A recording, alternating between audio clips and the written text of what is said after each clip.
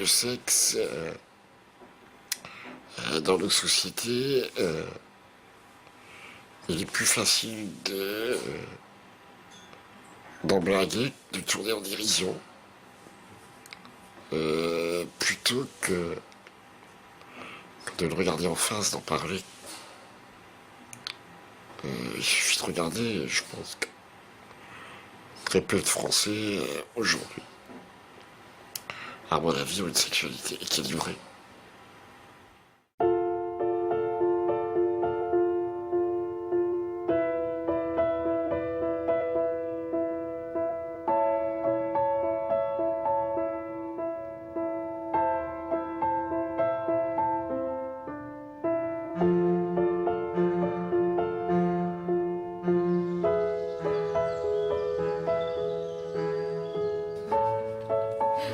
C'est comme ça qu'on commence à devenir. Né avec une maladie invalidante et évolutive, Marcel Nuss a rencontré à l'hôpital sa première femme à l'âge de 22 ans. Ils ont eu ensemble 2 enfants. Divorcé, il a aujourd'hui 53 ans et vit avec Marie dans la banlieue de Strasbourg. J'ai souvent eu des échos comme ça, on me disait mais il est laid. Bon. Alors j'ai quand même envie de dire que ce qui nous attire chez quelqu'un, c'est quand même sa beauté, quoi. Donc, parce que j'ai quand même réfléchi. Après, je me disais mais et en fait, j'ai trouvé beau parce que je pense que on n'a pas de désir pour quelqu'un qui n'est pas beau, enfin qui serait laid, quoi. Et j'étais fascinée par sa vitalité, son envie de bouger et d'avancer, et puis son regard qui est tellement fort comme ça, son enthousiasme, sa joie de vivre, voilà, sa beauté d'être. Il y a des fois, j'ai envie de me passer, je me dis, c'est pas possible. Il y en a plein qui sont valides, qui ont d'apparence tout ce qu'il faut, et qui crèvent un petit feu, qui vivent rien. Parce que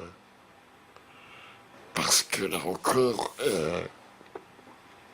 ce qui est étonnant, ce qui est sidérant, c'est que à peine je me séparais de Gabi, est apparue Marie. Et un jour, ma mère me dit, tu sais, t'es quand même incroyable. Ton frère est divorcé depuis 2 ans, il trouve personne. Toi, du jour au lendemain, t'as rencontré une femme. Et tu peux m'expliquer comment tu fais dans ton état? Je suis très timide quand je les vois. Oui, je te vois, c'est pour ça que je fais. J'ai vu le handicap aussi. Et là, j'étais impressionnée, ouais. Mais c'est très étonnant parce que quand je l'ai rencontré, enfin côtoyé de près après, je voyais pas le handicap en fait. Enfin, très peu quoi. C'était très étonnant. D'ailleurs, quand je préparais le café, je lui servais toujours dans une tasse et après je me disais mince, mais il lui faut son verre à bec en fait. Je devais repartir parce que j'oubliais quoi sa particularité. Ouais. Je pense que déjà, je suis moi. Après, je sais pas, il n'y a que Marie qui puisse se dire pourquoi elle aime, pourquoi elle a. Moi, je sais pourquoi je l'aime, mais je sais pas, l'amour, c'est une alchimie. Et la seule chose que je sais, c'est que l'amour n'a aucun a priori. L'amour n'a aucun préjugé. Que l'amour change le regard sur l'autre. En fait, j'ai pu être dans les bras d'hommes qui n'étaient absolument pas présents. Et c'est très douloureux, en fait, d'être dans les bras de quelqu'un qui est ailleurs, qui est pas présent à soi. Et en fait, Marcel, quand je suis contre lui, il est vraiment là, quoi. Il y a une présence qui est incomparable. Et ça vaut, ça vaut tous les bras du... Ouais.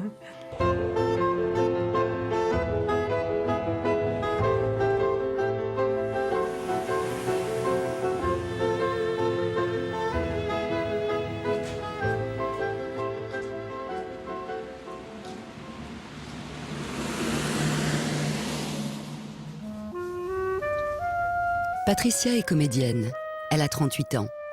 Elle est née avec une maladie invalidante. Elle joue actuellement un spectacle dans un théâtre parisien. On y va. Bonsoir. Bonsoir. Moi, j'estime que je suis privée, mais vraiment, mais totalement, d'un des sens, c'est le toucher. Voilà. Alors, je touche, la seule chose que je touche dans ma vie, c'est la manette de mon fauteuil électrique. Voilà ce que je touche. Et voilà, je sais pas ce que c'est le toucher, quoi. Je sais pas ce que c'est que de toucher l'être humain. Alors, on avait rendez-vous chez moi, côté pratique oblige, à 20h. 1h décente pour un premier rendez-vous. Moi, je suis là, maquillée, prête, toute offerte. 3 heures plus tard, mon amoureux se pointe. Ouais, pas de bol, il était en fauteuil, lui aussi. Moi, je ne me vois pas avec une personne handicapée. Parce que, comme je le dis de façon humoristique dans le spectacle, je sais pas, franchement, je vais rencontrer exactement les mêmes problèmes que j'ai, moi. Et je vais les avoir en double. J'ai pas envie de ça.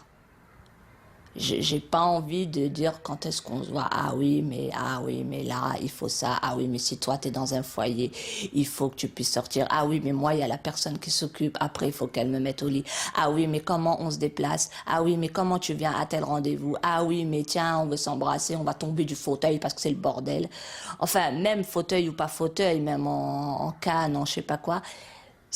J'ai pas envie d'avoir tous les problèmes. J'ai pas envie que ça me les renvoie à la tête, moi. J'ai vraiment pas envie, j'ai envie au contraire de me sortir de tout ça. On se regarde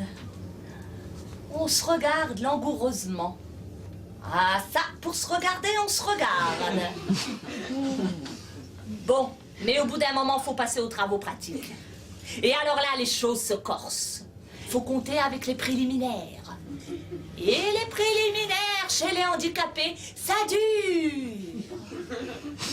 Ça dure.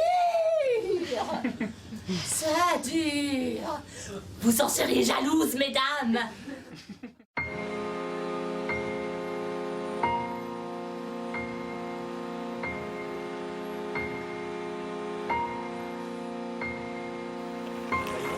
Marie-Lise et Hervé vivent à Lyon.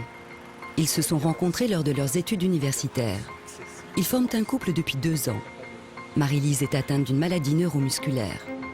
Dans un premier temps, il n'y avait pas de réflexion, j'avais envie de le voir, j'avais envie d'être en permanence avec lui. Bon, c'était la première fois vraiment, j'étais amoureuse de quelqu'un, voilà. Et puis ça a commencé à durer un peu.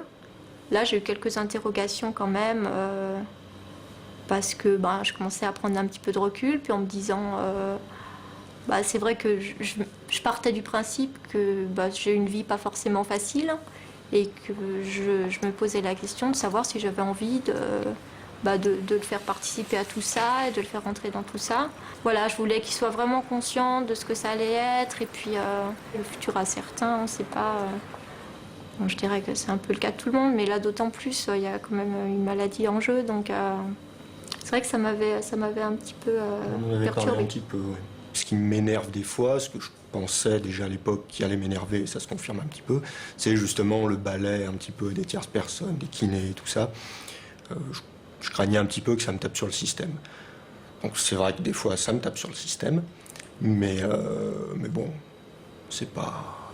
Voilà, on en fait facilement abstraction aussi, je dirais.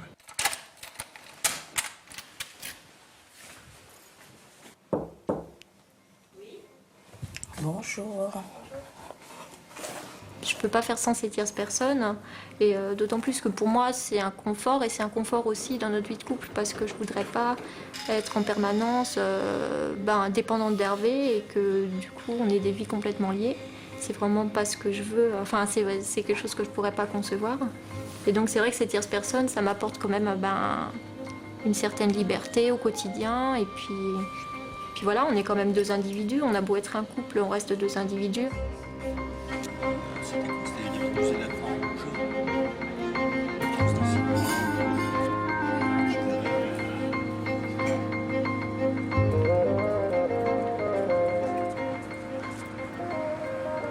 c'est vrai qu'au début, avant que ça devienne naturel, on a tâtonné un petit peu, je vous le cache pas. Hein.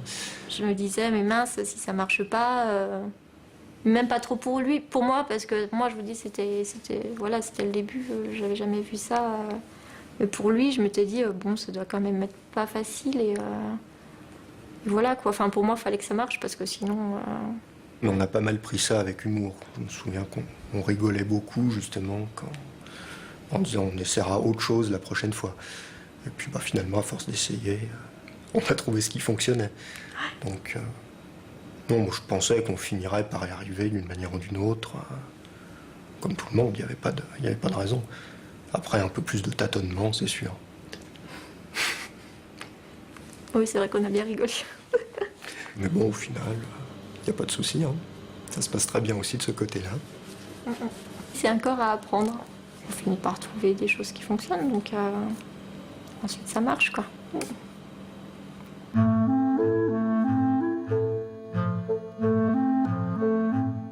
Julie et Farid, handicapés en très grande dépendance, sont amoureux l'un de l'autre.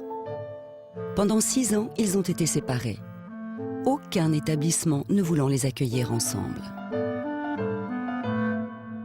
En fait, à un moment, il était question que je puisse venir en séjour temporaire avec Julie, mais bon, ça s'est pas fait, mais c'était en négociation, on va dire. Et puis, il y a l'infirmière chef et la psychologue qui nous ont dit oui, mais peut-être que vous allez avoir envie de vous toucher, tout ça. Sachez que c'est pas possible. Parce que il y a des enfants ici.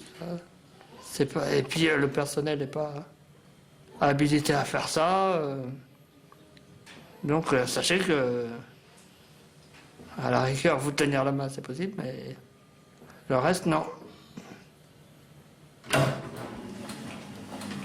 Depuis maintenant 2 ans, Julie et Farid vivent dans le même établissement. Ils occupent 2 chambres en vis-à-vis, les chambres pour couple n'étant pas prévues dans ce centre récemment construit. T'es occupé, Julie? En fait, on est à peu près comme un couple entre guillemets normal, on va dire. Ça arrive qu'on se dispute aussi. Mais là, on commence à vouloir aller un peu plus loin. Et on commence à vouloir avoir une sexualité, en fait, entre nous. Même si c'est pas indispensable, j'aimerais quand même savoir qu'est-ce que ça fait.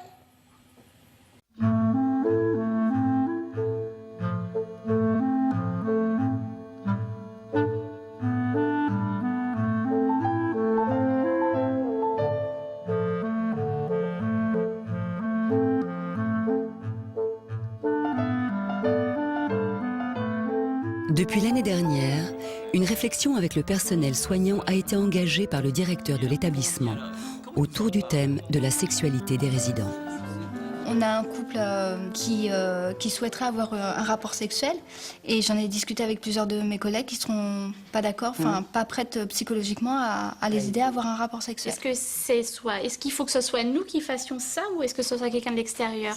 Plus l'acte pour aider l'acte sexuel. On ne peut pas s'aventurer dans quelque chose qu'on ne connaît pas non plus. Ça ne peut pas être du personnel soignant. Vous ne pouvez pas être dans ce registre-là. D'accord ?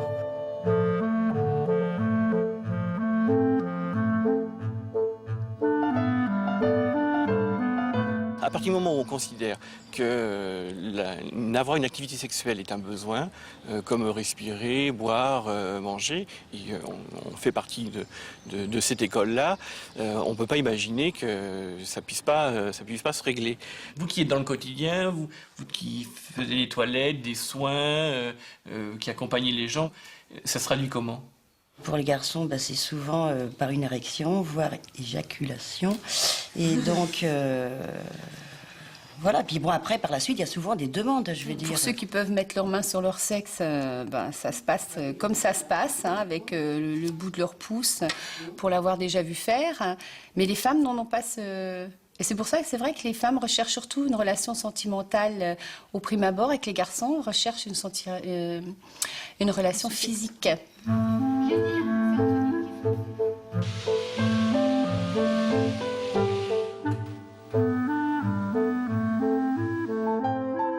Disons que je peux encore me masturber, mais c'est pas... Enfin, je veux dire, ça va, ça fait... je sais pas, ça doit faire... je sais pas, 15 ans, 18 ans. 18 ans que je le fais déjà, donc... au bout d'un moment, c'est un peu toujours la même chose, et puis c'est... Et puis c'est tout seul. On a des gens qui ont besoin d'être assistés dans leur relation corporelle. Et là, à l'heure d'aujourd'hui, en France, c'est un vrai désert. Et j'espère qu'on va pouvoir, avec d'autres structures, d'autres associations, militer pour qu'on puisse former des accompagnateurs sexuels, enfin peu importe comment on peut les nommer, mais en tout cas des gens qui sont formés et à l'handicap et à la relation intime, pour qu'on puisse faire intervenir dans nos locaux ce type de population.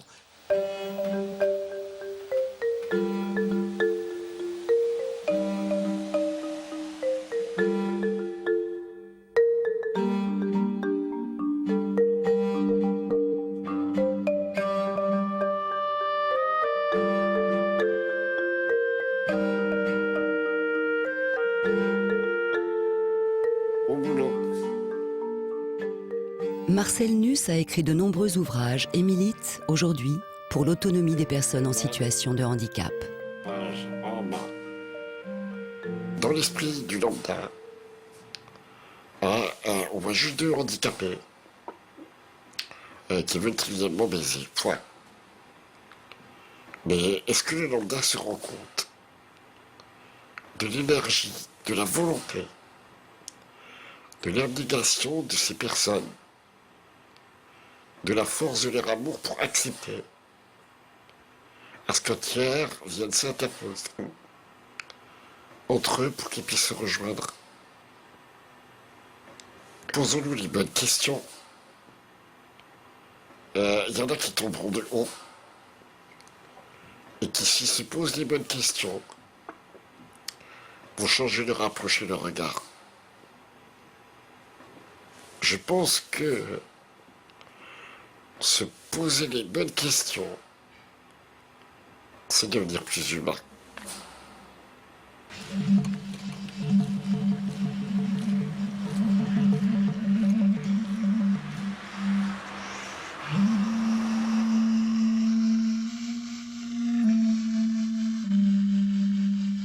Cédric, c'était un super bébé, super tonique, voilà, et sans histoire, jusqu'à 19 ans, qui travaillait bien, qui était gentil, qui était physiquement plutôt un beau garçon, voilà quoi, sans problème, ni drogue, ni tabac, sérieux dans ses études, gentil avec sa maman.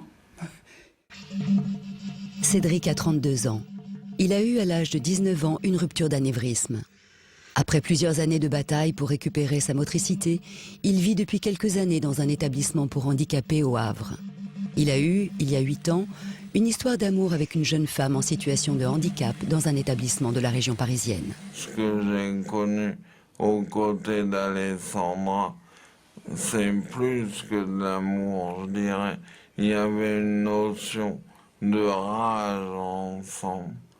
C'est à ses côtés que j'ai fait d'immenses progrès.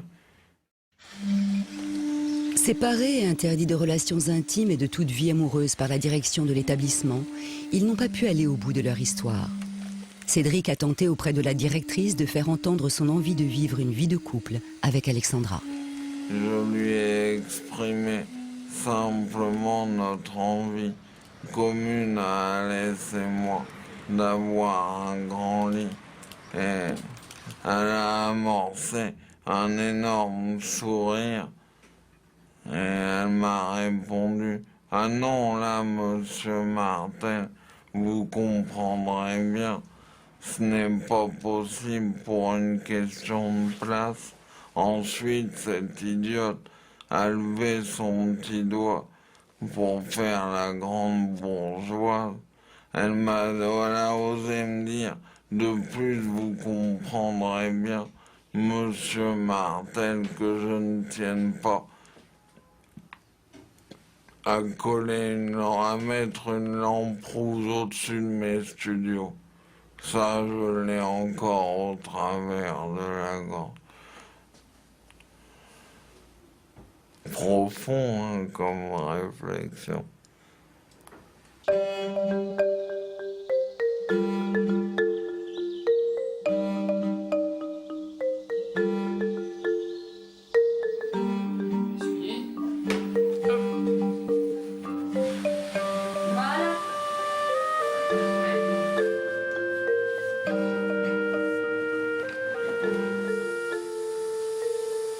J'ai 28 ans et j'ai eu une seule relation sexuelle avec une escort girl. Ça a été un moment de tendresse, ça a été un moment de...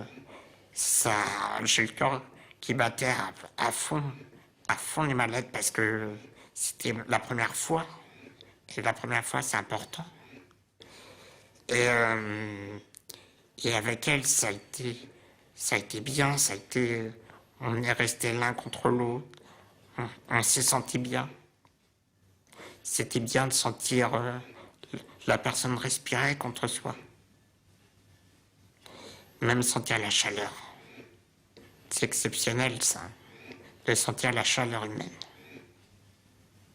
Ça a dû prendre un an pour trouver quelqu'un. J'ai envoyé au moins 30 emails à des escortes. Il y en a qu'une qui m'a répondu. Les autres, non. Ça, ils me demandaient d'aller dans les autres pays. Mais moi, j'ai pas les sous qu'il faut pour aller dans les autres pays. En Hollande, au Danemark, en Allemagne et en Suisse, l'aide sexuelle directe est entrée dans les mœurs depuis plus de 20 ans. Dans ces pays, des femmes et des hommes exercent le métier d'assistant sexuel. Catherine Acté est sexopédagogue. Elle dirige en Suisse des formations d'aidants sexuels. Un aidant ou une aidante sexuelle, c'est une personne qui va donner contre une prestation payée de la sensualité, de la sexualité selon la demande. C'est-à-dire, il y a beaucoup de cas de figure. C'est, dans certains handicaps, je vais permettre à certaines personnes, par exemple accidentées, à redécouvrir la fonctionnalité de la sexualité. Il y a eu une espèce de cassure à travers l'accident qui fait que la sexualité a été amoindrie, qui va, à un moment donné, s'engager pour montrer à ces personnes que leur sexualité peut peut-être se redécouvrir.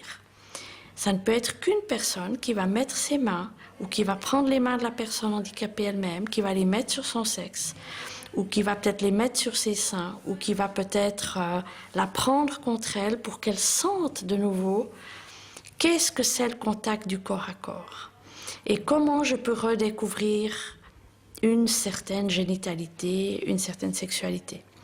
D'autres cas de figure, ce sont les personnes qui demandent, justement parce qu'elles n'ont pas d'accès à leur corps intime, qu'on leur donne une masturbation. Donc ce sont des personnes qui vont pouvoir masturber quelqu'un, qui vont leur offrir une masturbation.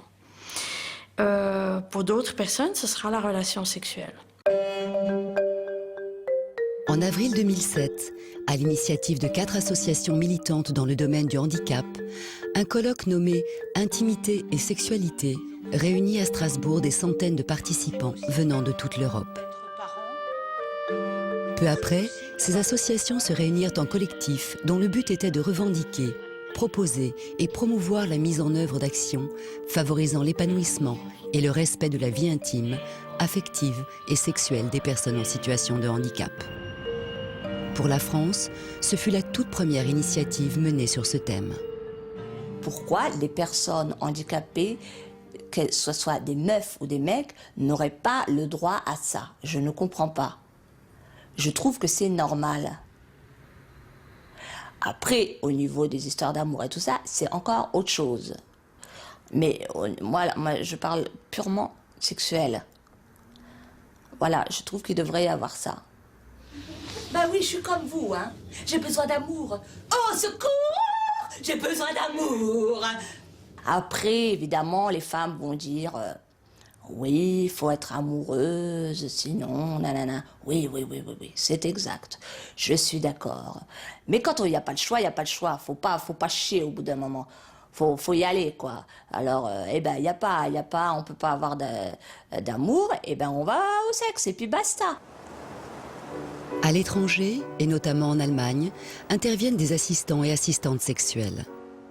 Près de Hanovre, dans un institut privé, ont lieu plusieurs fois par mois des stages au cours desquels handicapés, psychologues et assistants sexuels se retrouvent. Il s'agit alors de vivre pour les personnes en situation de handicap un temps de réflexion, de découverte de son corps et de sa sexualité. La première soirée de ces rencontres, sur un week-end, tourne autour d'un dîner nommé le repas érotique. Meine Prinzessin, du glaubst gar nicht, wie das kitzelte und deinen Prinzen erregte. Ich musste aufpassen, dass ich deine Nippel nicht vor lauter Gier verschlang. Die Feder machte mittlerweile ihren eigenen Wege und streichelte sanft über deine Eingangspforte ins nimmersatte Paradies. Die Feder nahm einen stärkeren Anflug auf dein Paradies vor. Deine Lustpforten wurden von der Feder gespreizt. Unter deiner Mithilfe hatte es der Vogel nicht schwer und flog zielgerecht in dein Nest.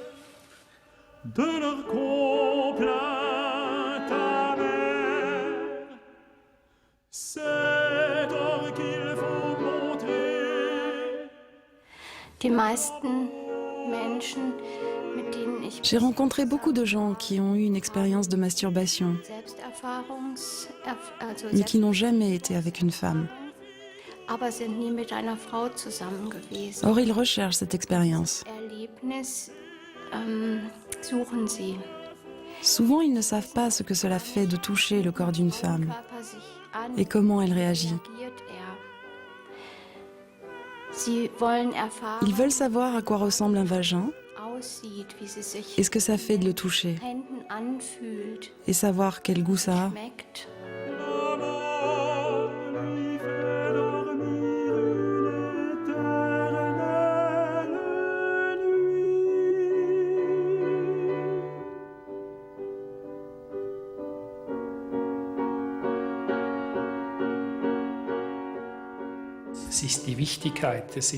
Le sens du toucher, c'est le plus important. C'est le point principal. Souvent, les gens ont un grand déficit de ce contact sensuel. À mon avis, il n'est pas essentiel d'avoir un coït à la fin. Même si l'acte est quelque chose de magnifique, ce n'est pas le plus important dans notre travail. Ce qui compte, c'est plutôt la caresse, la tendresse, se tenir l'un contre l'autre.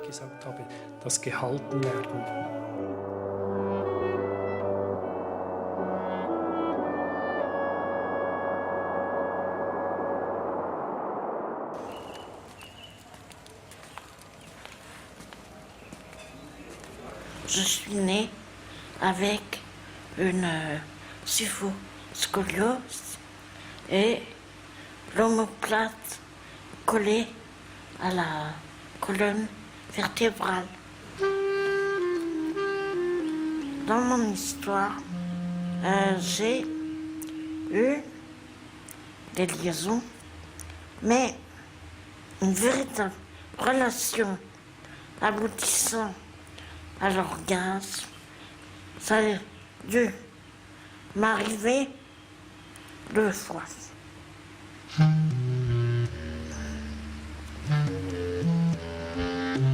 Physiquement, Ça me manque pas. Je ne connais pas mon corps. C'est malheureux, mais c'est comme ça.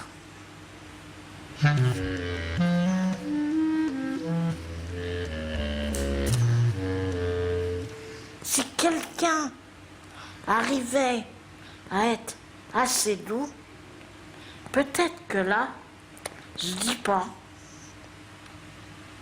je changerais d'avis.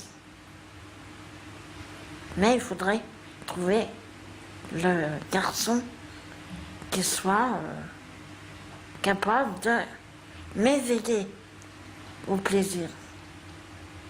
C'est parce que je ne l'ai pas encore vraiment connu, je crois.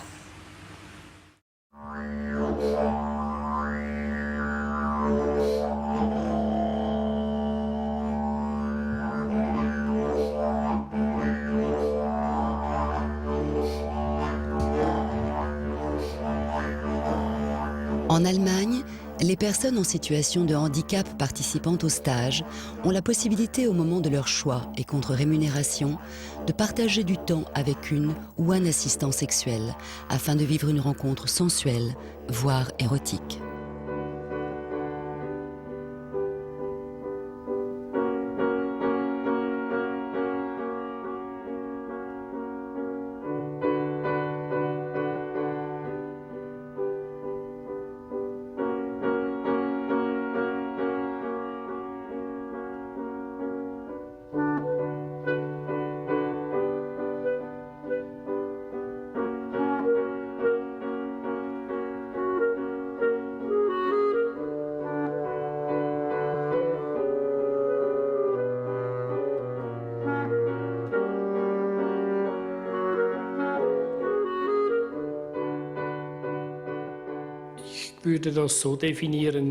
Moi, je pourrais définir ce que je fais comme accompagner quelqu'un et l'aider à aller là où il ne peut aller tout seul. Ça, c'est mon interprétation de l'assistance sexuelle.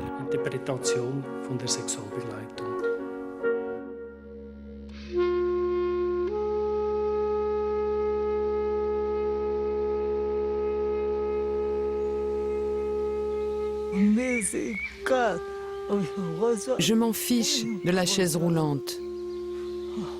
Je suis une femme et je me sens comme une femme. Je n'ai pas de problème avec ce que je fais ici. Ça m'a pris beaucoup de temps pour en arriver là. Maintenant, je me sens très bien dans ma peau.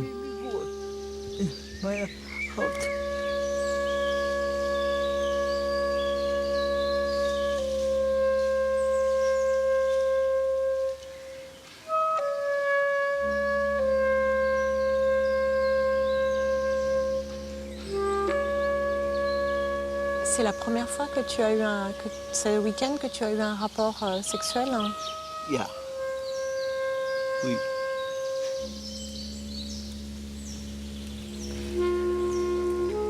On sent que tu es dans une nouvelle énergie. Il y a plein de choses qui se sont passées en toi. Ça peut être possible, je ne sais pas exactement. Ça peut être aussi le soleil. C'est un tout, un ensemble. Mais c'est vrai que ces 2 jours m'ont apporté beaucoup de bonheur, beaucoup de bonheur.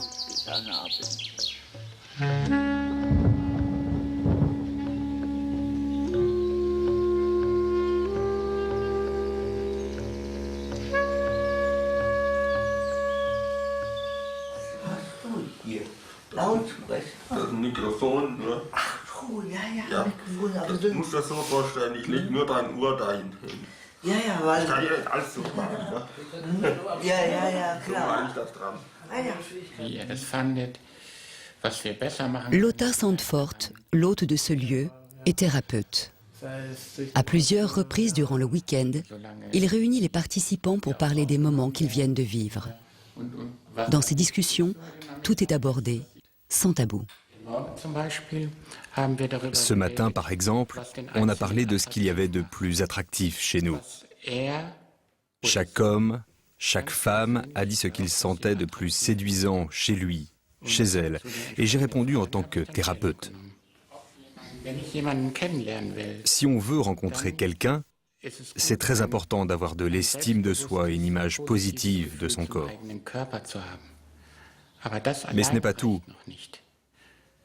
Il faut savoir que quand on rencontre quelqu'un, on a face à soi un être entier avec toute son histoire. Et notre propre histoire doit être en accord avec celle qui est en face. Et si j'écoute cette histoire, si je la sens, je peux faire alors que l'autre se passionne pour moi. Ja, Daniel, wie war das für dich gestern Abend? Weil ich das erste Mal hier war es für mich alles sehr aufregend. Ich fand es sehr angenehm, dass man auch, wie gesagt, sehr leicht ins Gespräch kommt. Du bist schnell auch in die Gruppe gekommen. Ja, also, ich bin das normalerweise immer so gewöhnt, dass ich immer so schüchtern bin, aber das war überhaupt nicht so der Fall. Comment tu te sentais avant que tu aies un rapport physique? Ja, also das frustriert mich sehr und ich werde auch sehr schnell aggressiv. Also. Ça me frustrait beaucoup. Je devenais très vite agressif. Je ne pouvais pas contrôler mes sentiments. Dann zum Beispiel beim Waschen oder Par exemple, dans ma vie quotidienne, on me lave et on me soigne. Et pendant cela, on me touche. Et là, ça m'est arrivé une fois. J'ai été très gêné. Comment dire, une chose comme ça est interdite pendant un soin.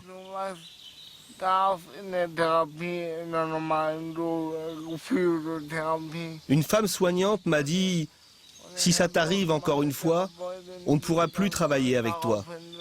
Et ça m'a vraiment fait du mal.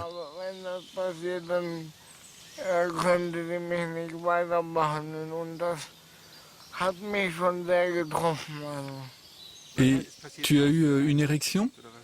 Oui, mais plus que ça. J'ai tout envoyé.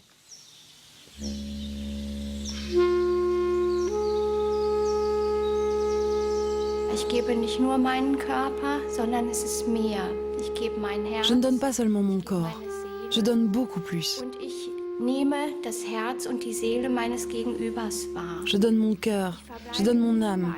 Et j'aperçois le cœur et l'âme de la personne en face. Nicht bei einer Technik, sondern ich nehme den Menschen in seiner. Ce n'est pas seulement une technique. Je prends la personne dans toute son intégrité. Ça peut aussi arriver dans la prostitution, mais j'ose dire que c'est très rare.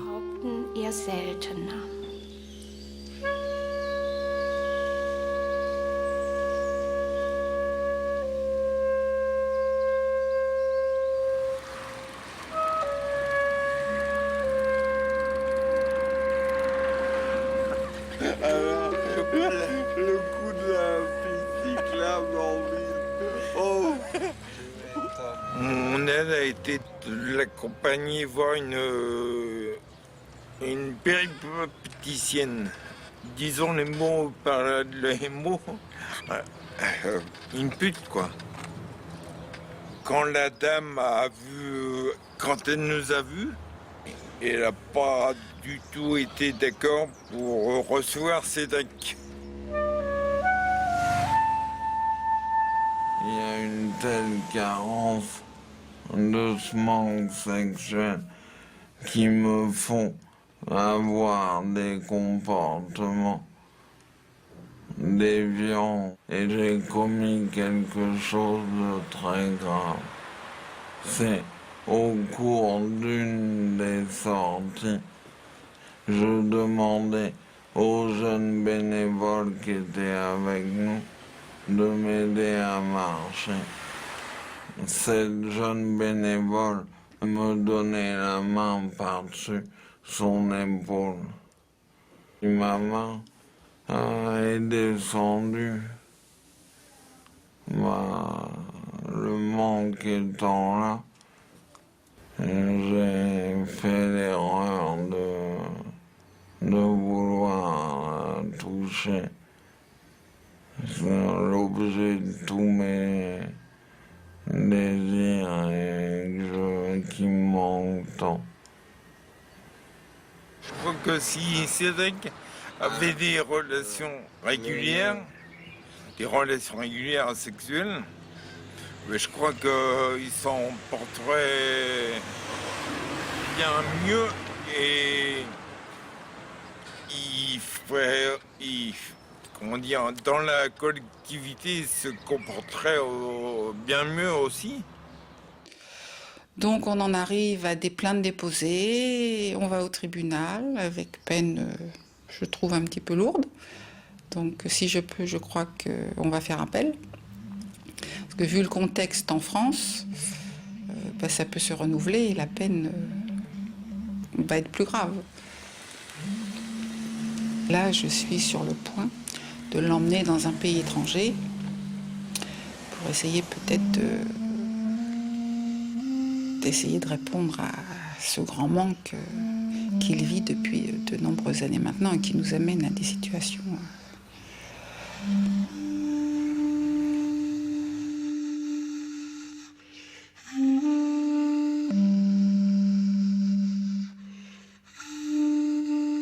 C'est extrêmement compliqué pour les parents parce qu'à la fois c'est leur fils ou leur fille qu'ils aiment et ils l'aident dans tous les domaines sauf dans celui-là.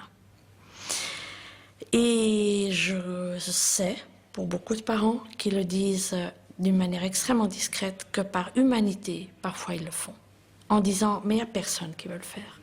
Il est là, il est démuni.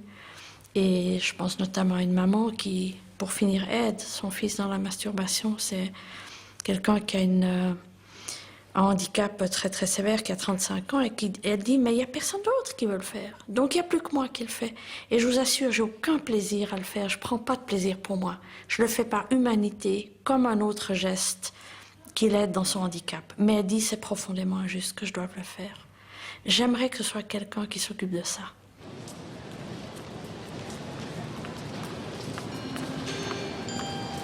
Votre attention, s'il vous plaît. Le TGV.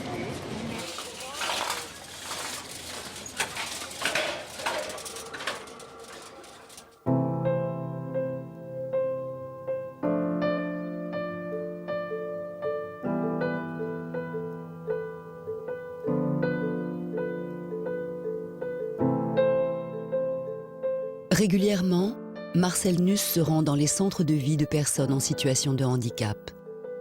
Il y rencontre les résidents et le personnel soignant pour débattre avec eux de la sexualité en institution. Il n'y a pas que le handicap. Non, je sais, ouais. Mais pour moi, je pense que c'est un gros frein, quand même, le handicap. Oui, mais c'est le frein aussi qu'on met derrière. Ouais. Il y a le frein naturel et puis il y a le frein que tu mets toi-même parce que... C'est sûr.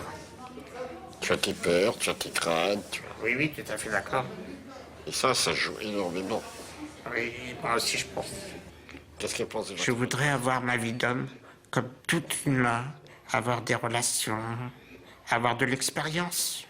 Aussi, apprendre des choses sur la personne que tu es avec, que tu as des relations sexuelles. Et apprendre... parce que moi, je pense qu'il n'y a pas que le côté sexe qui compte. C'est apprendre l'humanité, la chaleur humaine, la sincérité et le courage.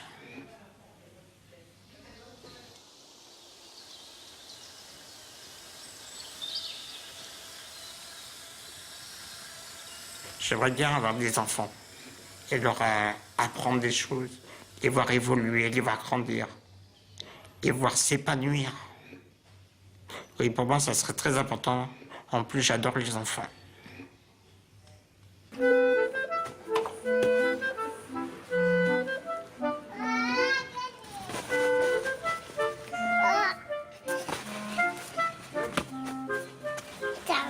Marie-Christine et Franck vivent dans la région de Lille. Handicapés tous les deux, ils se sont rencontrés pendant leurs études universitaires il y a 10 ans. Ils ont aujourd'hui un petit garçon. Être femme et handicapée, bon, c'est peut-être des choses qui ont déjà été dites, c'est pas forcément évident. Notamment dans la société, avec toute la vision de la séduction qui peut être véhiculé, etc. Enfin bon, c'est pas forcément... Moi, j'aime bien quand mon épouse est jolie, féminine. Voilà, quoi. Moi, je peux pas... Moi, il y aura toujours une brisure, de toute façon, ça c'est clair. Ouais, c'est parce que je suis faite comme ça, et puis tu le sais aussi, mais bon, mais ça m'empêche. C'est pas après parce qu'il y a eu une cassure quelque part à un moment qu'on ne peut plus rien faire et qu'on peut pas construire. Mais bon, c'est vrai que ça a été plus difficile pour moi aussi. C'est dans ce sens-là où je dis à vouloir être intégré à tout prix, on est quand même une personne en fauteuil. Enfin, quelque part, il y a quand même une cassure qui a subsisté, qui subsiste pour moi. Même si parfois elle s'amenuise, etc. quoi. Mais c'est vrai que dans tes yeux, pas du tout, quoi. Mais je pense que c'est ça aussi qui... je pense que c'est ça aussi qui fait un couple. Et puis, c'est vrai, pour moi, ça fait un couple aussi, quoi. Donc c'est très rassurant.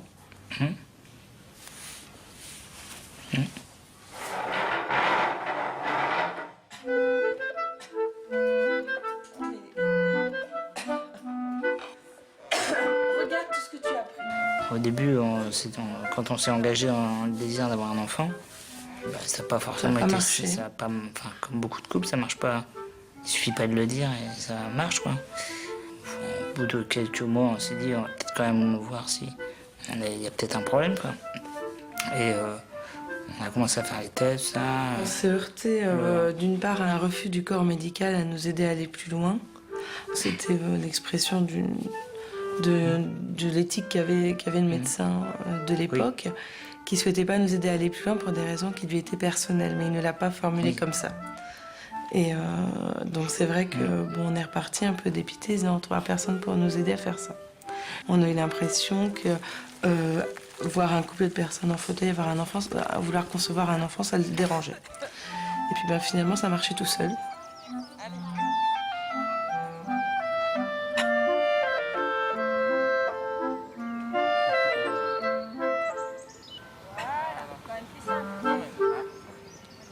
Tu aurais pu imaginer ta vie sans sexe? Ah non. Non, c'est pas possible ça. Non, je peux pas concevoir ça. Non, au niveau psychisme, enfin je sais pas, c'est impossible, quoi. Non, c'est pas... Non. Impossible. Et toi, Marie-Christine? Moi, je serais pas aussi intransigeante. Enfin, je dirais que moi, c'est un élément du couple qui est aussi important que d'autres. Je pense que j'y mets pas la même importance. Ah oui, non, mais que toi. Parce qu'il y a non plus, il n'y a pas que ça. Mais... Non, il n'y a pas que ça, mais vraiment l'imaginer sans sexe du tout. Non. Ah non, sans sexe du tout, non, c'est pas possible. C'est un élément d'épanouissement aussi. Mais au même titre que pour moi, il y en a d'autres, quoi. Mais peut-être que pour toi, c'est encore plus important, je dirais. Ah si. Non, c'est... Il n'y a pas que ça. Il n'y a pas que ça, mais je veux dire, mais toi, tu y mets vraiment une grande... Mais il n'y a pas de... C'est pas une critique, je veux dire, c'est pas... Attends, il filme, quand même. Tu me fais passer pour quoi, hein? Non, mais tu lui accordes une grande importance. Je te l'accorde.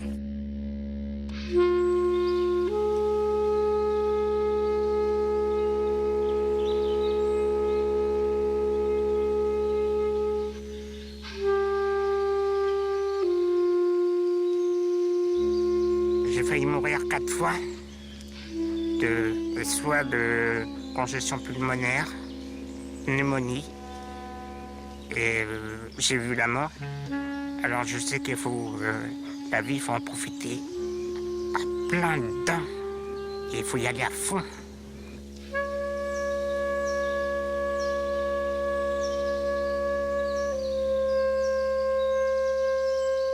Avant de mourir, il faudra peut-être qu'un jour, qu'un jour j'ai une relation sexuelle, je sais pas. Au moins une fois.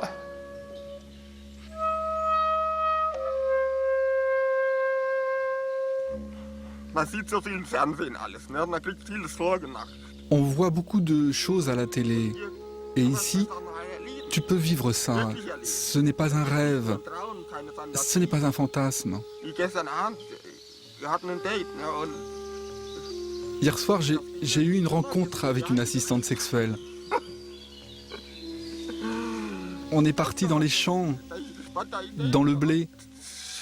Et quelle idée magnifique! C'était beau. Et vivre un truc pareil, même si ce n'est que 2 jours, ça t'amène quelque chose, des souvenirs qui restent dans la tête. Ce ne sont plus des rêves.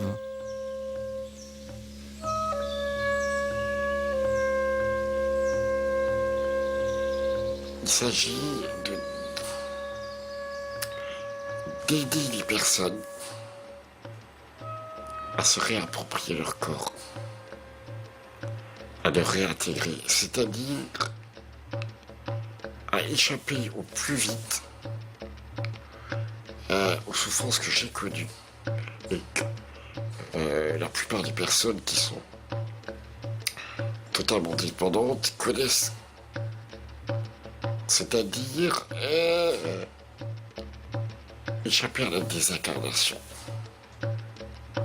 Il faut qu'on réincarne tous ces gens pour leur donner une vitalité